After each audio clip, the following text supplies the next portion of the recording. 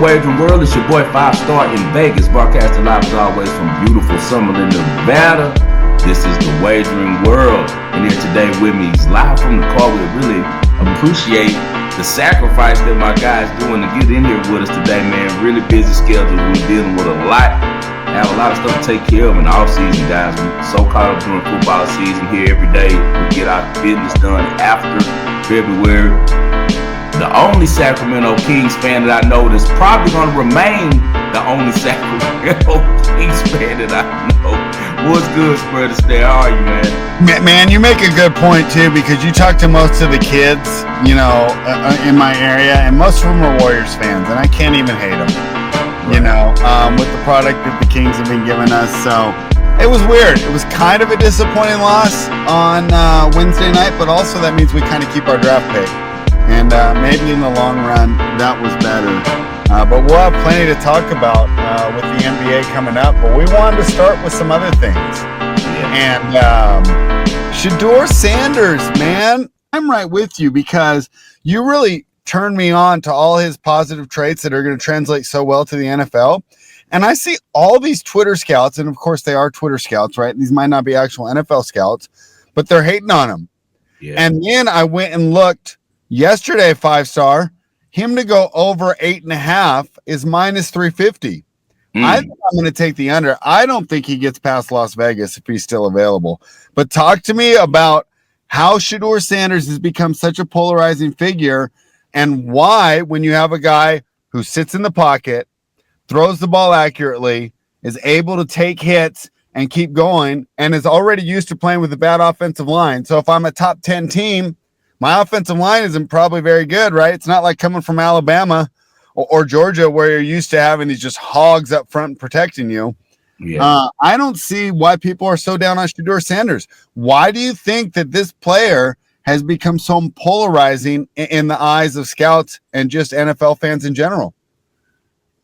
It's his last name. Simple as that. It's really unfair to the kid, but it's still going to work out in his favor because we know in these new times that it's not new because it's always been like that. I always talk about P.T. Barnum says that any publicity is good publicity, even if it's bad. And every show, every network leads with Shedeur Sanders. He's the main conversation. You wouldn't even think that Cam Ward was getting drafted number one. The only thing they talk about is Shedeur. So even though he's going through a lot of stuff, they're polarizing and making him a polarizing figure. It's all from his dad. His dad was disliked for some reason by the media. And as you and I know, who've been watching sports forever, Coach Prime was one of the best professionals to ever play football. He never got in any trouble, never had any allegations against him, never had a coach say that he was uncoachable. He always played, never missed games. He studied film. Wherever he went, he won. So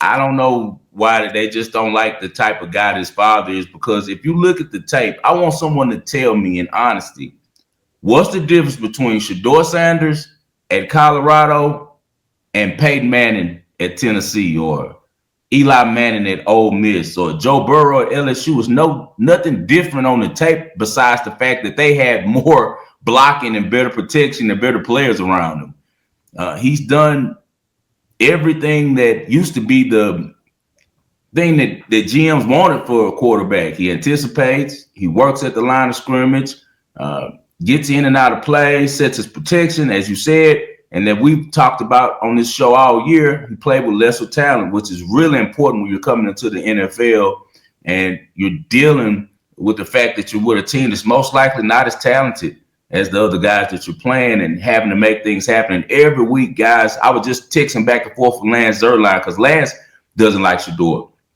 And I saw you guys talking on Twitter too. Yeah, we've been going back and forth on Shedeur and I can't wait to be right on this. We've been going back and forth on this one because he says that the reason the offense was successful was because defenses were more cued in on Travis Hunter. I'm like, Travis Hunter didn't even play a lot of snaps. He played some snaps, but he wasn't in on every play. The key to stopping that Colorado offense always was pressuring Shedeur. They were just talking about it on Colin. Colin is one of the few guys, but we know, I think Colin sends his assistants or his little college interns to come watch the show. Him and J-Mac, they use their guys. They have to see their college interns watch the show because every time we talk about something on here, a week later they're talking about it and using our points because now Colin's all of a sudden using all the points I've been making all year about Shedeur. He anticipates well, has the highest quarterback percentage rate in the history of college football, even though he had no blocking, no run game, that he lifted a program that was not really good and put it on his shoulders and made them, a really sound team, a better team, a bold team. So it's just personal feelings. I can't understand why. I mean, even you look at Peyton Manning, he played from the pocket. His dad's name is why he was number one because he actually had some incidents. I remember this trainer tried to say that alleged that Peyton kind of did some sexual assault on her or something like that. All of that stuff was brushed right off the table, and they still took him number one. Eli Manning was known drunk on Ole Miss campus. He was known as a frat boy that liked to have a great time. Didn't matter, but for some reason, Shedeur is getting a lot of hate. But it's okay because he's going to end up following where he wants to. I think it's a lot of controlling going on behind the scenes by him and his family because we talk about that as well, that they have a lot of power in the NFL, and I will not be surprised if he falls into the hands of the Raiders. If for some reason Tom Brady trusts the other people in the building like Pete Carroll and goes with a running back and says, I'm not going to get my boy, then he'll come to my Saints. And if he come to my Saints, I'll still be happy, So I'm looking for a pleasant surprise in this thing for Shedeur. I think that he's going to land where he wants to. What I'm afraid of, Spread, is that Cleveland's going to do some drastic stuff and try to get him and Travis on the same team together. And I do not want them in Cleveland. Yeah, and it's smokescreen season, and I was just confident that this was all a smokescreen from the Raiders to hide where they're going. Yeah. I've said it before to multiple people. Tom Brady has talked about what he thinks one of the worst things is that they throw these rookies in too early. So this idea that a Geno Smith extension is keeping Sanders out, I don't think Brady's going to have a problem paying quarterbacks. Yeah. And I think Pete Carroll wants to turn this culture around right away, and that's why Geno Smith's there, because both Carroll and Brady know that you can't win in the NFL without a quarterback. I mean, it's just the way the rules are nowadays. The days of Phil Simms and Jeff Hostetler are long gone, right? You need a good quarterback. And so I'm almost positive. But here's what I'm a little worried about. Derek Carr said he wants out. If Derek Carr wants out, do you think that he's heard through the tea leaves that he's going to be backing up Shedeur Sanders this year? Because that's what kind of made me think that, not to mention the odds switching on BetOnline to him about minus 350 to go over 8.5. So it's tough to see what's going on. But I'd say the good news is I think one of us is going to be rooting for him. I think it's either in Las Vegas or New Orleans, and I think either franchise is going to be happy to have him. So, hey, keep downgrading this man, and I love everything. All the criticisms I'm hearing have nothing to do with the tape. Nothing. It has nothing to do with the tape. And if anything, you want a guy that's going to come in confident. And another thing that people aren't realizing, that Nike has put a lot of money in the relaunch of Coach Prime's original shoes, the Prime times that we all liked when we were little. Remember those, Spread, the white, black, and red ones? They're back out in every different style, and it's because they're going to have Shedeur as, the face of it, and he's going to be campaigning. You briefly touched on this one time on the show about it impressed you so much that Shedeur cares so much, being a guy that comes from a background where he doesn't have to care. He has money. We know he's his dad's freaking favorite, so it's not like he couldn't do anything in life besides play football if he wanted to. But he's choosing to take this path, and he's choosing that he wants to be great. And anyone who's talked to Shedeur and dealt with him, the guys like Brady, like Joel Klatt, they all say the same thing, that this guy wants to win. He wants to be special. He wants to be great. He's willing to put the work in.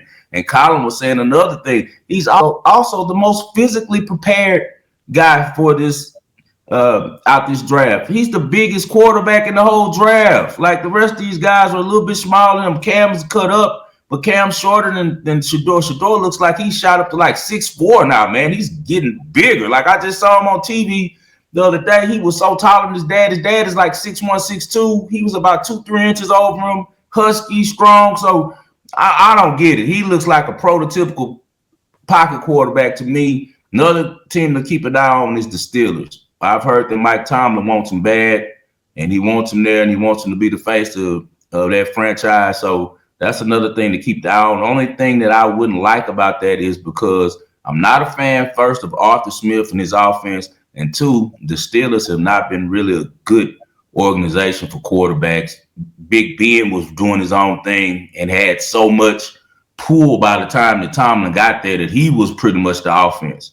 So him and Todd Haley did their own thing on that side of the ball. Now, don't get me wrong, Mike Tomlin knows offense. He used to play receiver. So I'm not saying he doesn't understand that side of the ball. It's just they're going to have to show me some growth before I would want Shador there. I'd rather much have him with the Raiders under Chip Kelly or with the Saints with a head coach that we have the OC coming over from Dallas, I think is going to be a really good coach for us in New Orleans. I think that the Saints are going to surprise some people.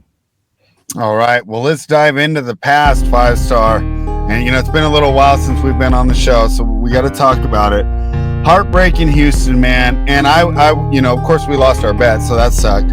But I was feeling for you because when you're a program like this, how many opportunities do you get like this?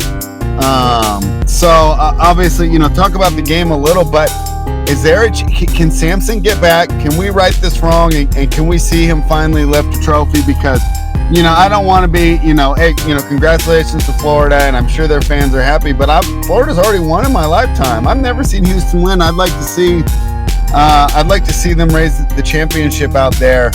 Talk to me about the game, and is there a chance they can get back and right this wrong and finally be a champion? Because I think Coach Sampson deserves it. I definitely think that Houston will be back. I think we're number one. I think we have the best odds, actually. So I think that's going to be fine. The Cougars have one of their best recruiting classes coming in history. They just got Bryce Jackson in. He's amazing. Point guard Kingston Fleming, really good. Isaiah Harwell is a scorer. And then who's going to change everything for this program? Chris Sinak Jr. Remember that name, 6'10", out the St. Louis area. Very versatile. If you remember, one thing that we hated about betting Houston was Jawan Roberts plays hard. He's going to hit the boards. He's going to get a bunch of rebounds, but he has no touch around the rim. Chris Sinak is completely the opposite.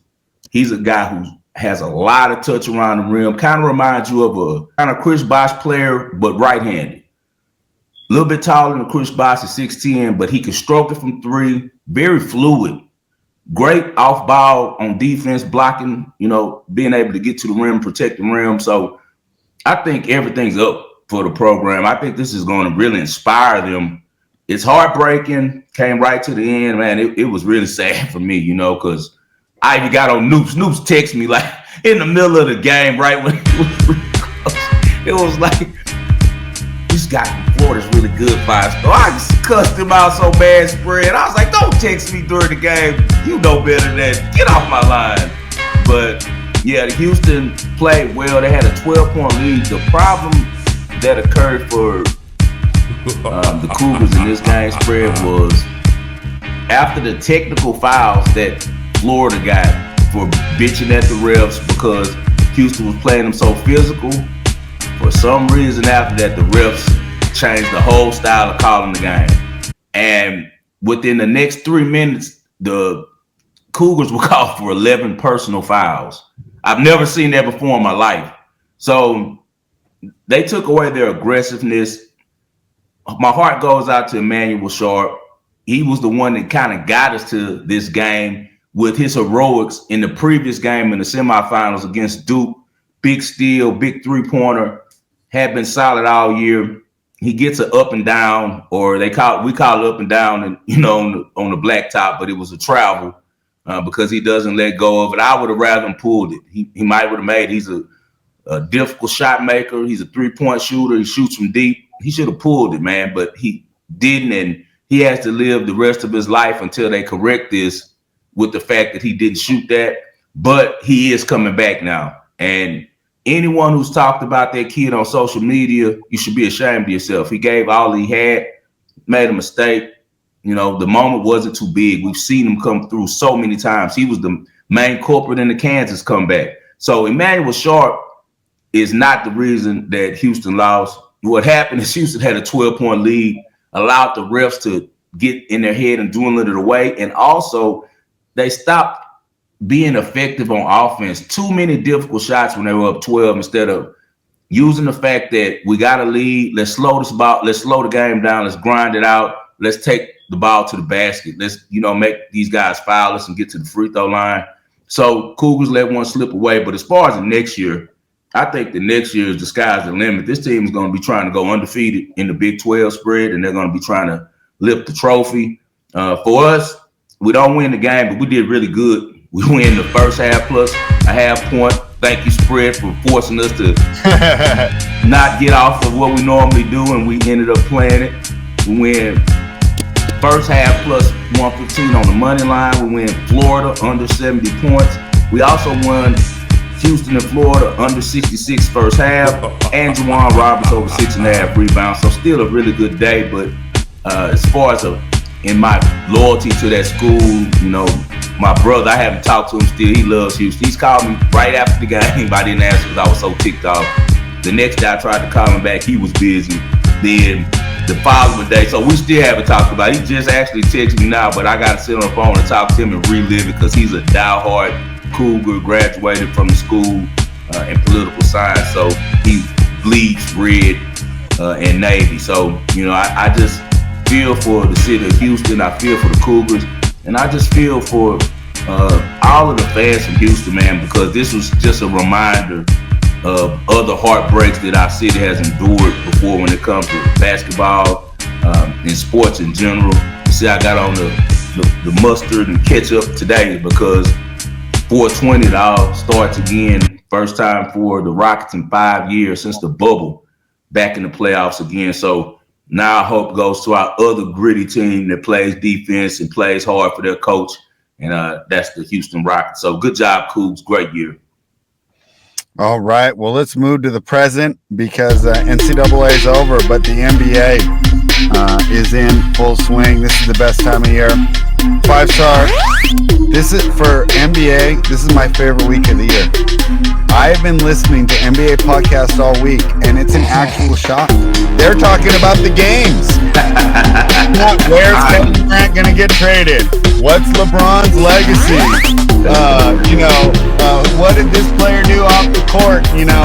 They're actually talking about the games and breaking down the matchups. And I really wish they need to lower the season so we can get more content like this because there's a lot of fun stuff out there in the NBA. And I'll be honest, as someone who watched the NBA all year, I'm still learning a lot because, this morning I listened to a podcast and it was just all about the Pacers and the Bucks. And it was from the Pacers perspective. And they're breaking down each play, who was switching against who. How did Siakam do against Giannis? How did Andrew Nembhard do against Giannis? How did Miles Turner do against Giannis? There's a lot of great information about there that we skip over because every single day on First Take, they have to argue about LeBron versus Jordan. And guess what, guys? You're never going to change our minds. Right. I think that Jordan's the best. You can't change my mind. No. There's a bunch of people that I talk to that think LeBron is the best. I can't change their minds. And I'm really tired of that argument. And it's so exciting to hear these NBA podcasts and to get NBA content that actually has to do with the sport of basketball and not the drama and the gossip that surrounds the sport, which unfortunately it feels like ESPN feels like that's what they need to sell. Yeah. Some of them joke about every single one's going to lead with the Lakers and the T-Wolves. That's them not and TNT. Series. Them and TNT. Yeah, they're even worse. Don't even get me started. They don't even know the players. It's crazy. How did Shaquille O'Neal get a job talking about basketball and he doesn't know half the league? He don't even watch the games. Yeah, they only watch the games that they're paid to watch. It's unbelievable, the content that the TNT and people love that stuff. I love that show before they added Shaq because I thought Chuck added a nice little amount of kind of screwing around, but that Kenny and Ernie actually gave us real basketball analysis. Now it just feels like, and you know me, I love the old basketball too, and I have a lot of complaints about this era. And Ski, who's going to come on with us real soon, kind of did that with our last episode, right? When I asked him about some of Shaquille O'Neal's comments, and he said, as much as we might not like Shaq for not watching the games, a lot of the stuff that he says is true. Yeah. As far as this era, but I think it's just too much on the joking around and the clowning around, and not enough basketball. But that's what people want, because that's the most popular show. So I'm just an old man yelling at the cloud here. But that being said, I'm happy right now. I've been loving the content all week, and I can't wait to talk to you about some of these games. So of course we're gonna get Ski's thoughts when he jumps on. But in the interest of time, let's break down some of these games right now. I want to start with a team that I was wrong about, the Miami Heat. And I thought that Chicago was going to beat them. I thought they were done. I didn't think they had it anymore. I thought they were all going to pack in. And, I was kind of joking around on Twitter, right? Defense wins playing games. But that was the difference in all the games. In all four of them. The team that played better defense won. So,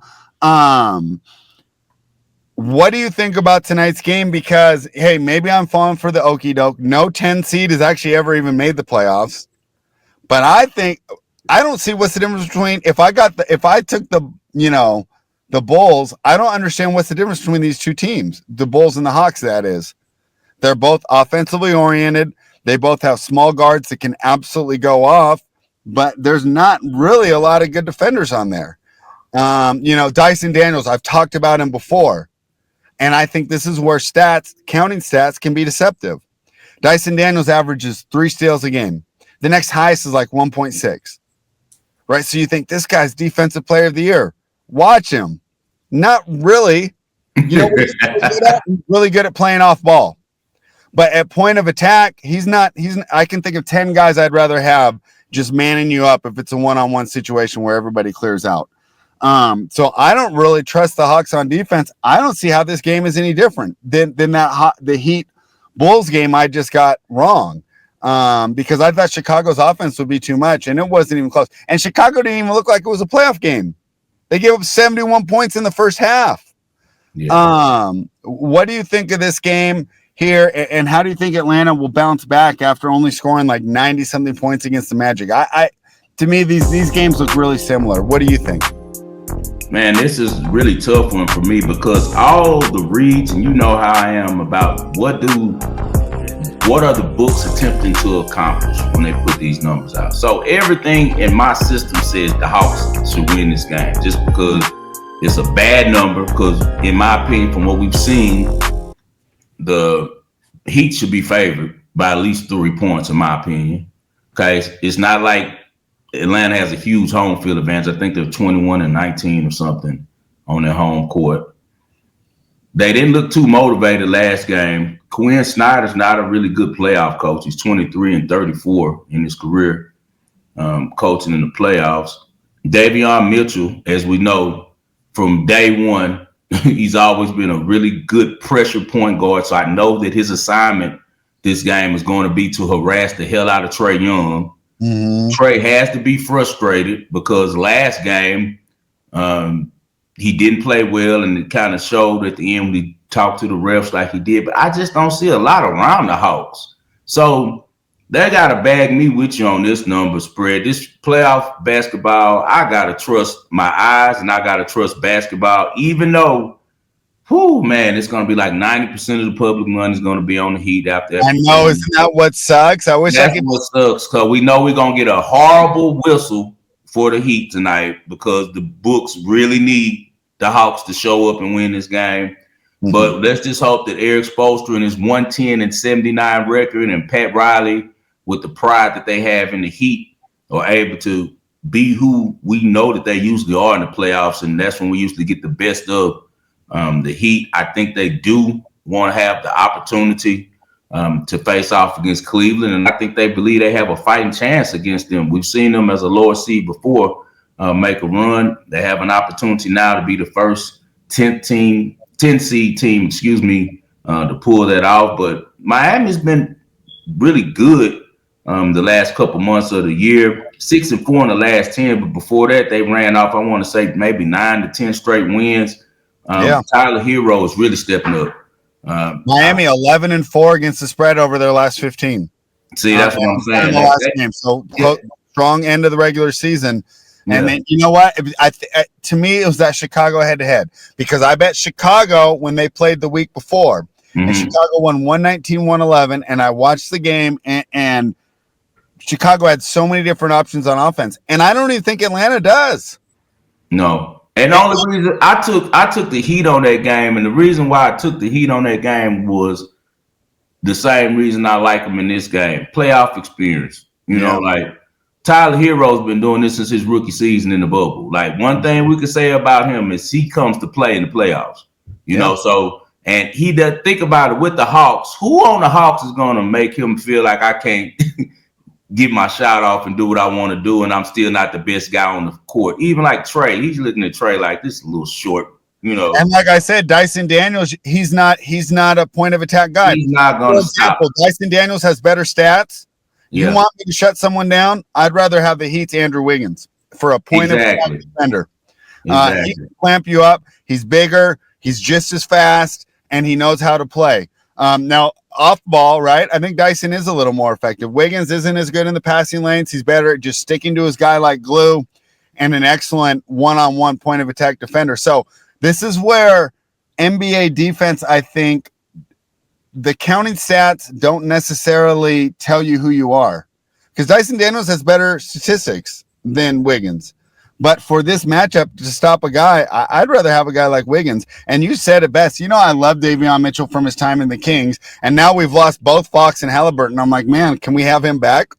Crazy. Like, what are we doing here? What is the owner doing over there? I just don't get it. Then you trade for what you've already seen in the backcourt at Chicago, the exact same damn backcourt, and get the same damn results. Yeah. What does Einstein say about trying the same thing over and over is insanity, and think you're going to get different results? Like, you got remember I started calling you guys the Sacramento Bulls, because why the hell why would you go Bulls West, we're Kings East? We're going to go to the play-in and lose like for the next 5 years. It's wild to me. But back to this game, as much as my system that I like is saying, look at Atlanta, I just can't, man. I just refuse to go against Eric Spoelstra. The system, the pride, the dignity of Miami. I'm going to just have to be with the public on this one, and hopefully we're able to all beat the book. So I'll be on Miami. And the public wins sometimes, 5-star. When people say fade the public, it's not, you're not going to win 100%. It's not automatic like they think. It's not automatic. Right? We've seen plenty, a lot of primetime games in the NFL too, right? We don't want to lay 7.5, and everyone in the public does, and the team wins by 20. Yeah. So we'll see how that one goes tonight, and if so, I think you're right as well. Just from a fan's perspective, not a betting perspective, I'd much rather see Miami put Cleveland to the test than Atlanta. Because they'll sweep the Hawks. Well, I don't know. You know what? Hawks beat Cleveland maybe twice this year, I think. Because I remember in the regular season, I was like, I can't believe this. The Hawks beat them like twice. Cleveland got off to such a big lead that I think it was really hard for them to focus towards the end of the year. Okay. You know, they wrapped up the number 1 seed. They started off so hot. Then they were just basically, they moved Mitchell in and out of the lineup. Ty Jerome missed some games. It just felt like they were just getting ready for the playoffs. So, and I don't want to put too much into that because, Chicago beat Miami 3 times in the regular season as well. So, different game, but we'll see how it goes. I'm on Miami tonight, and I'm rooting for them because I think that'd be a better first-round series. I agree. Let's move to the Dallas Mavericks. And, 5-star, you played some poker out there in Vegas, right? Sometimes you do everything right, and, you just get bad luck, right? You put it in 60 to 70%, and the guy runner straight you, and you lose your hand. I kind of feel, and I've been having fun. If you follow me on Twitter, I've been having fun making fun of Nico Harrison. But let's be honest, he's the victim of some bad luck here, too. And I think when I'm looking at the Mavericks tonight, they've never really played with this full size and defense that they showed against Sacramento, right? And that's with Davis, Gafford, and Lively all in the lineup. Now, I think Memphis is a really good team. I mean, at one point, Memphis was second in the West, right? And they just kind of struggled to end the season. However, if you watch the game on Tuesday night where Memphis lost, I'm a little worried because Ja turned his ankle. Right. So now we have Dallas coming in, a team that you cannot accurately predict. I put my projections up on the site, but I don't know how much they're worth. These guys didn't play together at all. This is, they don't have Kyrie, but the final form of that defensive juggernaut with Gafford, Lively, and Davis in the middle, that seems pretty good to stop a guy like Ja going to the rim. We talked about the ways that they're able to put pressure on the, Jaren Jackson, who's one of the best defenders that still gets in foul trouble, still plays like a rookie. As far as some of the mistakes he makes in foul trouble. I like Dallas to keep this one close. I do think Memphis is going to advance, but I thought the line was going to be like 3.5 or 4. It was 6.5. The market agrees with me. They bet it down to 5.5. You can still find 6s if you shop around. And I also think they will be, if you do like Dallas, I think they're going to be some late money. So wait until tip. I think there will be some buyback on Memphis. However, I think the Mavericks keep this one close. And it's funny too. Maybe I just changed my mind watching the games because on Wednesday morning I said whoever wins this Kings Mavericks game is just going to get blown out by Memphis. But I didn't realize Morant's injury was so bad at that point, and they're still even listing him questionable for tonight. And maybe that's why the line moved, and it's not just people betting on Dallas. But to me, this game is take the points or pass. I'm not laying it with Memphis, which is funny because if you had asked me on Monday, I would have said that I would have.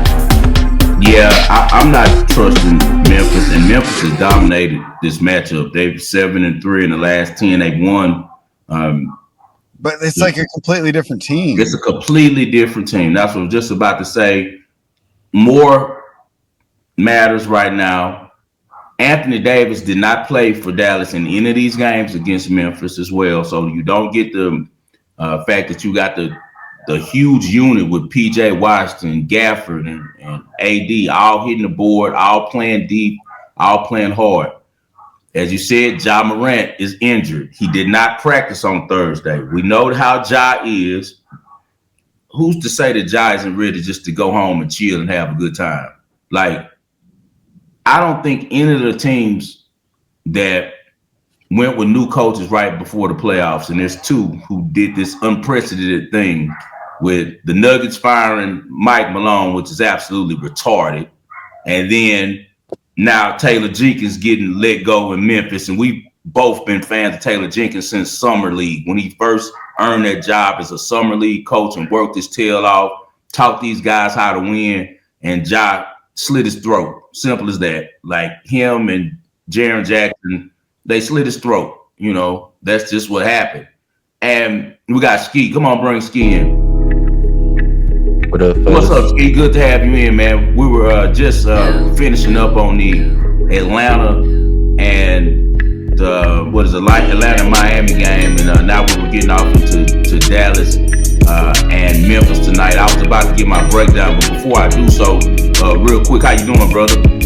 I can't complain, man. Every day above ground is a good day for me. I know that's right, man, for sure. And we got playoff basketball. You know I love it. Oh yeah, this is your time of year. So tell me this, real briefly, what's your opinion on tonight's game between Miami and Atlanta? Well, I have a lot of opinions, and I have a strong opinion on this game. The more I think about it, Miami looked really, really good in that last game. They shot lights out. They won in blowout fashion from start to finish.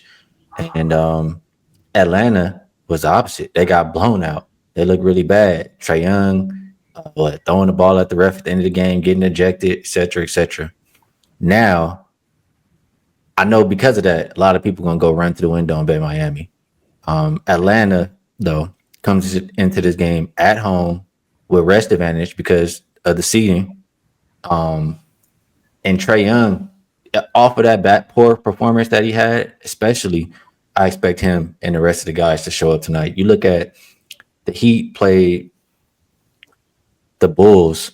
The Bulls can't defend anybody. They don't even have one defender who can stop anybody Tyler Hero made every single shot he took. Like tonight, he's gonna see Dyson Daniels. That's a whole different story than whatever he was facing in the previous. I think Atlanta has the best player on the court in this game. Miami might have, maybe 2 or 3, or after that with Wiggins and Bam, but those other players can't control the game, and they have Davion Mitchell who will try, but he can't guard Trey either. So I would put my faith in Ice Trey in the game and roll with Atlanta. Oh man, we are opposite here. Yeah, I'm glad that he gave that point of view because we just literally talked about this. Through my normal system, we were just talking about it. I would take the Hawks in this situation as well. It's going to be so much money because of the last performance. But then I was like, it's playoff basketball. And with that said, I just trust Eric Spoelstra more than I trust Atlanta Hawks coach. He's not good in the playoffs. He wasn't good with Utah in the playoffs, and now he's over here Snyder. So that's just my personal opinion. I think that the Heat, as an organization, as a whole, going all the way up to Pat Riley, are just more prepared for this type of game. And I also think that they're a better draw also for the NBA to go into the playoffs against Cleveland. And we're going to be battling. You probably on the right side because you're on the side where very few are going to be. But I agree with what you're saying, though. But in my basketball mind and just grit, I just feel like Bam and those guys are going to figure out a way to just pump the Hawks and make the Hawks lay it down and like, y'all go to the strip club after this game. Season over. Y'all go have y'all some lemon pepper wings. But the line, like you said, and that we like to approach this as what are the line makers doing with this line? The line is telling us it's better, man, take the Hawks because they want you to take the Heat, But my basketball mind, so what that means, both you guys, I'm not playing. I won't play it. I'm looking for a lie, but just I can't go against the Heat with the Hawks. What were you saying, Spread? No, just Ski, watch for tonight, and we'll see if I'm proven right. I've been arguing on my shows that I've been doing this week. Dyson Daniels, great off the ball, not that good point of attack defender. I think both Davion Mitchell and Andrew Wiggins are stronger at point of attack. But so one of us will be right tonight. If Hero goes off, hey, feather in my cap, and one of us will be right here on the show because we're on opposite sides. Now, Ski, give me your thought here on the fighting Dallas Mavericks, right? When they're not gifting the Lakers future MVP candidates, they're defeating my Sacramento Kings, knocking us out of the playoffs. And I, for one, am shocked that the combination of DeRozan and Levine did not work. Where could we have seen this coming, right? Just total mystery how that didn't work. But talk to me, man. I think this line's too high. Just like I thought the Memphis line was too high against Golden State. I would not be surprised to see Memphis win, knock out Dallas. I think it's going to be a close game. I bet this a little earlier, so I got the extra point. But I also think if you do like my side, there will be some late buyback on Memphis, and those 6s and 6.5 will jump back up when we see Ja on the court and he's rolled in and everything. But what do you think about the Mavericks and the Grizzlies, man? Because another opportunity for a number 10 seed. They've never made the playoffs so far. One of these teams has the opportunity to be the first number 10 seed to become the number 8 seed in the playoffs. What do you think when the Mavericks take on the Grizzlies? Yeah, this is one where I have a little bit to say, I guess, maybe on both sides. And I'll give my lean at the end. I feel stronger about the game we just talked about, I think. But this one, if I just look at it, straight up, you have a Memphis team who is not that experienced. They got an interim coach. They don't play defense. Going up against a Dallas team who is very good defensively. They have 2 champions in the starting lineup. A lot of guys who've been to the finals, very experienced, and they're going to have the best player on the floor in Anthony Davis. It's very hard for me to look any other way than Dallas. Now, with that said, you look at the line, it opened 6.5 for Memphis. Ja questionable. It's barely even moving. Ja could miss this game. And, this is another one. Dallas looks so incredible. Everybody's going to run and bet Dallas. And I know everybody is betting Dallas. Ja could miss this game. Everybody's going to go bet Dallas some more. Memphis is comfortable playing without Ja. And Memphis comes into this game with the rest advantage too, just like Atlanta does. And they're at home. So looking at it situationally, it favors Memphis as far as basketball and who I trust. It's more so Dallas. So at this point, I would trust, the basketball. I would lean Dallas. All right, glad to hear that because I already got a Dallas ticket in my pocket at 6.5. But my idea was, hey, you're right. Everybody's going to run bet Dallas, and if I change my mind, I can easily buy out or potentially get a middle. Now, I don't, I was hoping maybe it could go down to 4.5, but it doesn't look like that's going to happen. 5-star final thoughts on Mavs and Grizzlies before we move on to our favorite series bet. I personally will be playing the Mavs money line on this for the same. Oh, wow. Yeah, I'm taking money. Okay, I didn't say money. If they're going to win, it's not going to be close. The books either going to want the spread or they're going to want the money line. So if they can't get the spread, there's going to be a money line and Mavs just going to beat their ass because you're going to need Memphis's Scottie Pippen Jr. to step up big time. He's a really good player as a young player. He has great DNA, been good during the regular season, replacing job. Home court advantage is huge for them, so that gives them confidence. But I just feel like Dallas has a lot to prove, man. They got a lot of motivation. You got Luka's been traded, and everyone's saying they suck. You got Jason Kidd, who's a hell of a playoff coach. We've seen that before, has a lot of playoff experience, not only as a coach, but as a player as well, and knows how to get his team motivated. And he's going to concentrate on defense, and that's what wins in these playoff matchups. I know that team's going to come to play defensively and get in the dirt. They have a couple little guards that they played last year. I don't even know these kids' names, but Jason Kidd gave them all types of confidence because as long as you play through Anthony Davis, just like Ski said, he's the best player on the court. If AD wants to play, who the hell going to stop him for Memphis? He going to have Jaren Jackson in foul trouble like the second quarter, bro. We know Jaren Jackson. AD too. Dumb fouls, bro. Yeah, he makes dumb fouls, and you got to have Jaren Jackson playing well with no job. He's going to have to score 30, and he might be on the bench half the game because we know Jason Kidd is smart enough to say that. We're also going to see a good Klay performance. Klay has always been a really good playoff performer, and he don't like Memphis. He don't like Memphis. Remember that. He does not like Memphis. So I expect Dallas to get this one done. Money line to surprise a lot of people, man, at plus 215. And I also going to go over on Klay with his 3-pointers and his points. I think Klay Thompson is a big-time player when you really need him. So I like Dallas, man. Yeah, a lot of narratives, of course, and controversy around Dallas with that trade they made. But they have an opportunity to kind of turn things around, and they can do that with the win tonight. All right, let's move on to our favorite series bet. And, hey, I'll admit, I'm a Ski Profit fan. I've seen the show with Dutch, Wham, and Bobano. I watched your show with Rob Vino that's on his YouTube channel right now. And of course, Ahead of the Spread, which I touted the last time you came on the show. So I'm going first, Ski, because I'm taking one of your picks. I have a lot. But I loved it when I heard that you were on the same thing when I'd already placed this bet. And it was the Milwaukee Bucks. And I'm not even saying they're going to win, but this is a mispriced line. They should have been plus 125, plus 130, plus 170. There's no way. It's down to plus 135 now. Is it? Yeah. How did that happen? I bet plus 170. I think it was yesterday or the day before. You did well because news about Dame. Dame. I just was talking about this. Not to cut y'all spread. No, go right ahead. Dan Van Gundy said the funniest thing on TV. He said, man, they need to send the basketball to the medical field because I've never seen how many times that the guys hurt so bad you think that they're finished for the season and they get that basketball and all of a sudden they're healed. We just saw that with Dame Lillard, man. We saw that with Luka. Remember I told you what they traded for? I told both of y'all, like, man, Luka going to play the first game available. So same thing happened with Dame. He was having these problems. He's taking the medication. Now word has came he's going to play probably game 2 or 3, or if they need him, they might not need him and he might sit out. But if he's needed, he's available now, man. He's been taken off the thinner. So basketball really heals people. Go ahead, Spread.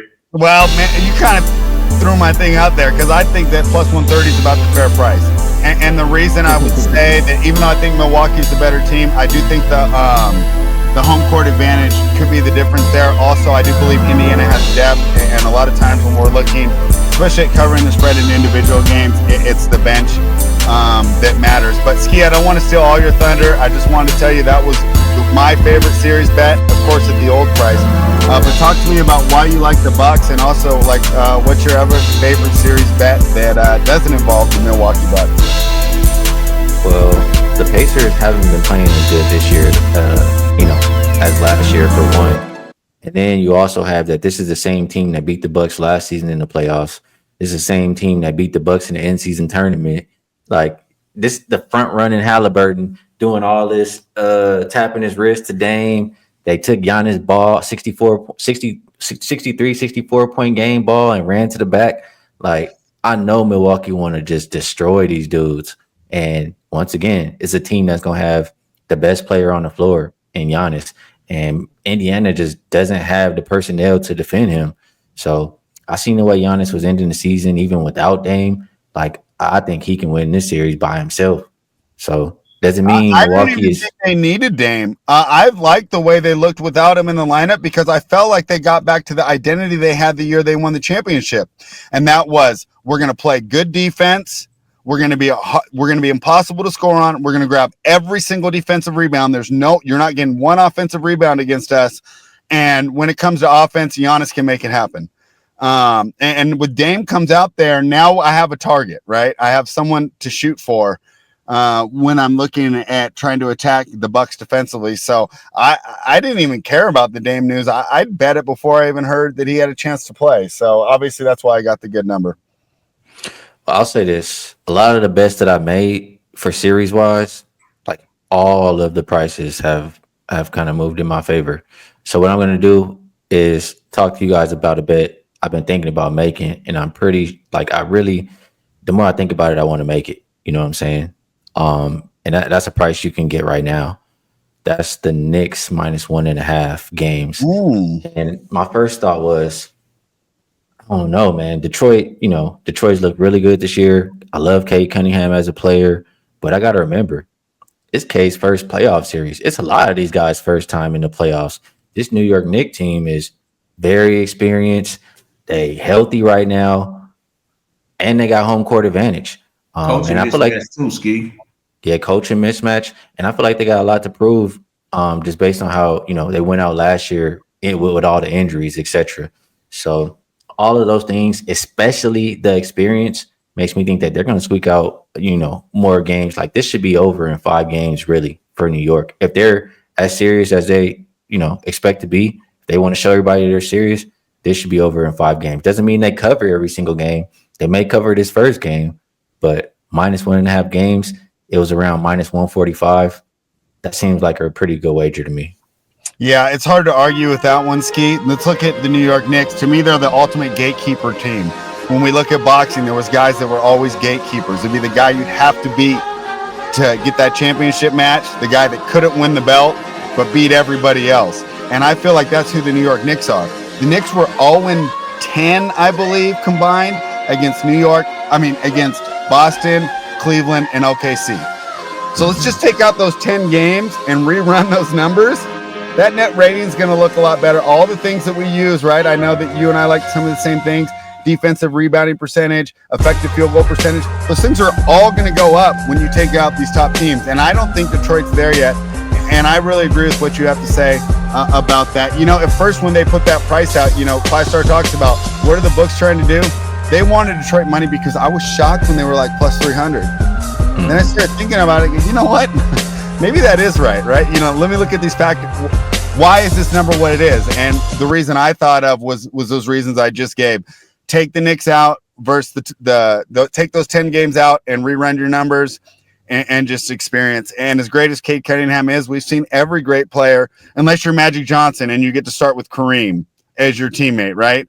Every great player learns by losing in the playoffs, and I think this is going to be Cade's lesson in this series. 5-Star, what's your favorite series bet with these upcoming NBA playoffs? Man, I picked 2 difficult ones. Actually, you guys know I took the Rockets. We talked about that. I talked with you about this. I think, Ski, did you put a ticket on the Rockets as well? No, I didn't bet it, but I agree. I agree. Ski can't bet against Steph. I got it at +175. It's a great price. So I had to ride with that just on the simple fact that younger legs, I know they aren't experienced, but sometimes not being experienced is a gift in these playoffs, you know. So I would not be surprised at all if we see a 2021 Phoenix Suns type of answer from the Rockets in the playoffs, because it's going to benefit us a lot, because every game against the Warriors, the books are going to be with us. If you back in the Rockets, like every game, people betting the Warriors, bro. Believe that. Like, why wouldn't they? You got Steph Curry, first ballot Hall of Famer. You know, you got Steve Kerr already in the Hall of Fame. Great coach, you know, more rings than his fingers. And you got Draymond out there, and we know what he likes to do to Euro centers, foul them and watch out, try to get ticks and shit, try to end people's career. But I think that the Warriors are going to have problems with rebounding against the Rockets in the series. I think that's going to give them a lot of problems. And at 37, can Steph get them 30 a game? Because they're going to have 30 a game from Steph to win this series. With the way that they all of a sudden alienated Jonathan Kuminga, who else is going to score for the team? Gary Payton Jr., you think the Rockets worried about him shooting from the corner? They're going to give him that shot all series. Another thing to look at, another angle. Ime Udoka is a very, very vengeful, mean man. He remembers that he could have had a ring already with Boston, but guess what happened? He allowed Steve Kerr to take him to the wood shop. I think that he's going to make it his business to get this series done. I think that the Rockets are being slept on. And I'm going to go against another favorite, too. It's weird to me that Minnesota is plus 170 against the Lakers. I can always catch up, because what the numbers are showing is saying that Minnesota might win game one. So if Minnesota wins game one, I'll just go take the Lakers live in, and now I can't lose. Because why is Minnesota plus 170 against the Lakers with all the hype that the Lakers are getting? You know, it's like you would think that the books will be at minus 250, minus 300 on the Lakers, but they're not. So let me be a huckleberry, and I'm just going to feel like Ant is looking at LeBron the same way he looked at KD. I'm going to send your old ass home. I'm tired of you. I'm tired of you being in the league. I'm tired of you being in the way.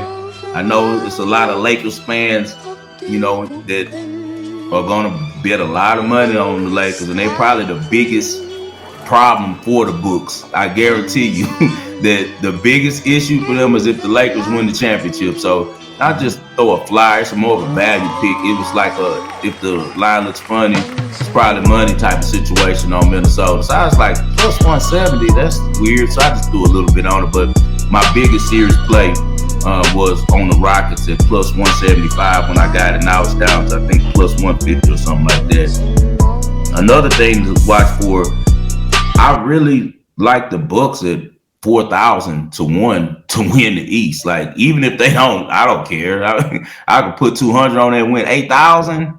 Like, I got to try that, because you got one of the faces of the league in Giannis who has a ring, and I'm sure is hungry to try to show people that it wasn't a fluke that one year they ran. Dame Lillard needs some rings so bad. Think about how Dame Lillard would be looked at if he wins a ring in his career. That's the only thing he's missing. He's had everything else. You got Doc Rivers. People talk a lot of bad things about Doc, but what we do know, he's won a lot of playoff games. He's won a lot of playoff games. He has a lot of playoff experience, a lot of playoff success, a lot of playoff blunders too, but you're going to have that when you play as many playoff games as he's had as a coach. So it's a value play with me with Milwaukee, 4,000. I can make $200 back on a tennis game. I can just bet game one on a break with Ciantek and get that $200. I'm on the Bucks with that for 4,000 to win the East. What out the East is so good that makes me afraid. Like, I know that the Celtics have beat them, but we know when the Celtics get in tight games, they can lose. They don't have anyone they can just go to and say, go get a basket, because the way Jason Tatum plays, it isn't really a closer type of game. You might want to say Jaylen Brown, but he's been hurt all season. So I'm going to try the Bucks, man, at 4,001 to win the East. But my best play on the series is going to be the Rockets to beat the Warriors. All right. Well, last year at this time, 5-star, we would have thanked Ski for joining us and sent him on his way. But now, the newest tennis capper on the Twitter. Welcome. A package available on WagerTalk.com. You didn't even know about it. And let's talk about my favorite player. I named my cat after this player. I like her so much. And she's got a chance to defeat Iga Swiatek once again. I'm all over it. I'm going to ride the streak. I'm taking Jelena Ostapenko. 5-star. Are you going to join me here? We got to ride this streak and keep me. I bet it last night. It's already been bet. I bet her. Now it's all the way down to plus 240. I caught her at plus 350 last night. Great work. You know, they didn't play today in Stuttgart. I think they have some type of Passover type of like Easter that they do in Germany, and they don't allow them to do anything. So they'll be playing tonight, 3 a.m.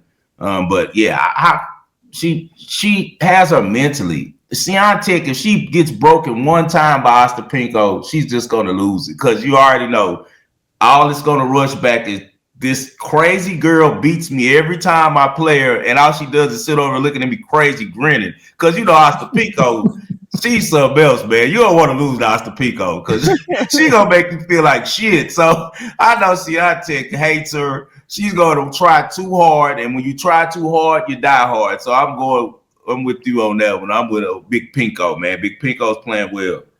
Ski, as a newfound tennis capper, are you enjoying and as delighted by the play of Jelena Ostapenko as I am? And are you going to jump in with us? Well, I've seen a lot of these other players play more than her, but you know, you can't ignore when somebody just owns you like that, like 5 times. Well, it's going to change in this next time. And I feel like Swiatek has already been getting got lately a couple of times anyway. So I feel like she's vulnerable right now. And Penko can take advantage. All right. Love to hear it. And I love to see you here on these tennis streets. I'll be looking forward to talking tennis with you this summer. You know what's funny, Spread? I'm not to cut you off before we get to the next part. Remember, we were just talking last week, Ski, about, I say, man, Paulini, I got to see her against Coco. She might can get her. Remember I told you that? Guess who play tomorrow? Yeah, they lining it up now. They finally lined it up. I've been waiting on this. Golf is up on her. She's beat her twice, but she hasn't played Paulini since Paulini's been, you know, confident as she is this year. So in the last year, she hasn't played her since 2023. And Paulini's a different player in the last 2 seasons. Huh? Who's the favorite? They got golf favorite minus 190. Oh my God, bro. Yeah, I have to. Yeah, I might at least first set Paulini. Yo, Coco ain't even been looking that good. I'm gonna throw out this last match that she just played, but the other matches I was watching her, she was not looking good at all, bro. The forehand was looking. Sedale, though. Sedale is garbage. That's why she looked good against her. Sedale can't play with her. I know that Paulini, every match that I've seen her, except for like she had like one little bad set, I think she's looked damn good. Yeah, she been playing. She been on point, and I trust that to carry over. Especially, I just feel like her game fits on clay, so I trust her. Yeah, she came up on clay because she's Italian. When she was younger, playing a lot of 250s and hadn't reached the height she is now, she was just she played more clay than anything. And then she has a really good clay specialist in her corner coaching her now. You know who her coach is, right, Spread? Remind me. Her coach is she still plays every now and then. What's the girl from Italy? Starts with an S. Sarah Arani. So what is it? Sarani? Sarah Arani? No, not Arani. Arani. Yeah. That's her coach now. Yeah. Oh, wow. She kind of That's a clay court player. That was the only time you'd ever bet Arani. You bet her on the only time you bet Arani. And she's been in the box with her like the last 2 seasons now, I want to say. So she's maybe transitioning out of being a player to being a coach now. All right. Well, let's move into the ball and parlay. Wait. I'm sorry. I gotta hold you up. Now you done got me started. Go ahead. My favorite match, I just gotta mention it at least. My favorite match, Alexandrova and Pegula. You better take Alexandrova. Dog, I can't do it. But I'm gonna tell you what I can take. I'm taking either or both. Over 2.5 sets or over the games. Every time they play, it's just like it's gonna go 3. It's went 3 sets the last 3. And I trust Pegula to get a set. If you like Alexandrova to win the game, that makes me like the over 2.5 sets even more. So, or Alexandrova, that's actually get into the ball and parlay Spread. Yeah, that's how I was doing. Ball and parlay. I'm gonna be quick. We already broke it down. Give me the Mavericks and give me the +6. I think you can find a +6. I know it's dropped to 5.5, but shop around. +6 Dallas Mavericks. That's my play. All right, I'm gonna give you 3. Let's start with tennis, the one that Ski was just talking about. I'm on Alexandrova. I caught at +155 last night. Sent it to the group. Now it's down to +135. The first time she lost to Pegula was last time when they played in a finals a couple weeks back. Alexandrova left all types of money on the court. I know she's going to be ticked. Before that, she had never lost to Pegula. Alexandrova is just, to me, a better play player anyway than Pegula is. Pegula is more a hard court specialist, man. So give me Alexandrova. I think she's going to be really irritated this match. You know, she's one of those Russian girls that gets ticked off. She's going to be a little irritated this game. So I would expect a really good showing from her. But as Ski said, don't be surprised if it goes 3 sets. Don't be surprised if Pegula wins the first set. Alexandrova comes back and wins it. Their matches usually go in that manner. Another one, I'm going to go with Ant Edwards to go over 26.5 points on Saturday when they play the Lakers. Saturday, right? Is it Saturday? Yeah, tomorrow, 5:30 Pacific. Yeah, Saturday. On Saturday, I think Ant Edwards is really going to be focused in this game. I think that this is the perfect matchup for him because he enjoys challenges, and now not only does he get a chance to go at LeBron, he gets another chance at Luka as well, who embarrassed him in the Western Conference Finals because the young Timberwolves team last year, after they beat the champion Nuggets, thought it was all in the bag and it was over. They were slipping, and Kyrie and Luka gave them the business and swept them. So I think that Minnesota is going to be really fired up for this series, and it all starts with their lead guy, and it's Ant Edwards. So let's go Ant Edwards in game 1 against the Lakers to go over 26.5. And you guys know I love some UFL. I got to bet football. If it's on the board, I got to look at some football. We're going to go with Sunday, the Houston Roughnecks +7.5 versus Birmingham Stallions. The Roughnecks have a horrible coach. CJ Johnson does not know what he's doing, but he has a defense that's hungry and plays hard and plays tough. And they're getting some better quarterback play now out of the guy that they have out of Delaware. This kid, I watched him play in college and stuff, and now he's a little bit undersized, but he's one of those guys who can really throw the ball. He's doing much better than Anthony Brown, who came down from the NFL from the Ravens and still hasn't really did anything to help that offense. But 7.5 points is just a lot of points against the Stallions team, who's very good on defense, but not as dominant on offense this year as Matt Corral has really struggled. And I think Houston will be able to turn them over a couple times. So give me the Roughnecks +7.5. Ski, what's your favorite play for this weekend? Man, I feel like 5-Star gave out something for me too. I'm gonna go for the weekend, huh? Not even just today. No, whenever. I prefer the weekend. That way they for sure got time to catch you. You got a weekend play. You like one of the game ones or something. All right, we'll go with I'm gonna go with over 2.5 sets in that same game that we talked about. I'm sorry, same match. I gotta get used to saying match. Alexandrova and Pegula. I'm gonna go with that. It should be plus money. I haven't locked it in yet, but I'm gonna put it in after the show. And then I'm also gonna go with Milwaukee and Indiana. I like the over in that game. We all know the Pacers' identity is to play with pace. Regardless, whether they make shots or miss shots, they're going to be playing up tempo. They're not going to win a game that's played slow. Milwaukee is a team that's comfortable playing with pace. So you look at that. I talked earlier, I think about, or maybe I didn't, but Giannis, he's just a matchup problem for Indiana. Don't really trust their defense in general. And they've been playing over games, so it don't matter if Dame is playing or not. Bucks have gone over 7 of their last 8 games. I think that over 224.5 is the best number you can get right now. I think that's a winner, and especially if Dame is not out, I think you can bet on Giannis too. But for Ball and Parlay, I'll do the over in that one, and then the over 2.5 sets, Alexandrova and Pegula. All right, we appreciate that, man. What you got spread? You said you playing the Mavs, right? Mavs tonight. Yep. All right, so we got that one, and just another one for you guys to keep your eyes on, and we can play it as a group play from the show. We're going to play Holger Rooney tomorrow against Kashanov. Kashanov is not the player that he used to be. Rooney got through one of his nemesis in Casper Ruud this morning, and when Rooney gets closer and closer to finals, he plays better. He's one of those kids that really lifts his levels. I think that Kashanov will not have anything for him, and of course you want to take Sabalenka against Elise Mertens. It's minus 650, so you probably want to go 2-0 on that one and get minus 200. I think that's a layup, right, Ski? Yeah, Sabalenka been killing. She been mowing everybody. I don't remember the last time she I lost don't a think set. Mertens ever won a game set against her. I'm gonna tell you this though. I haven't seen Sabalenka on clay yet, so she's all right on the right spread. She's pretty good on clay. She against Mertens, she'll be fine. Against some of the top players, she's gonna have problems. But Mertens has nothing for her. It's just easy for her. It's like practice for her. It's Mertens like practice. Small back. Ball's too soft. It's just like she's on a hitting machine. Yeah, here you go. So Alcaraz and Feast tomorrow. Hey, Alcaraz and Feast tomorrow. That's a good match.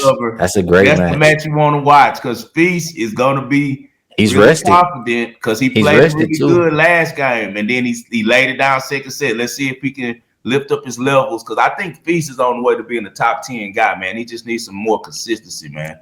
Here's what I'll say though. I'll give pushback and say the last time they played, Carlos was still a little shaky. Like he's a little bit more in rhythm now this time around. You're not gonna catch him slipping from the beginning. He's gonna have to play a real good match.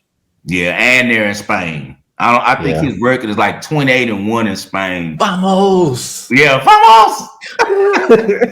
Hey man, we appreciate all of you for tuning in to the Wager World. You guys hit that like button right now. You see I got on the mustard and ketchup for my Rockets. You know what I'm saying? Y'all go to www.thewagering.world.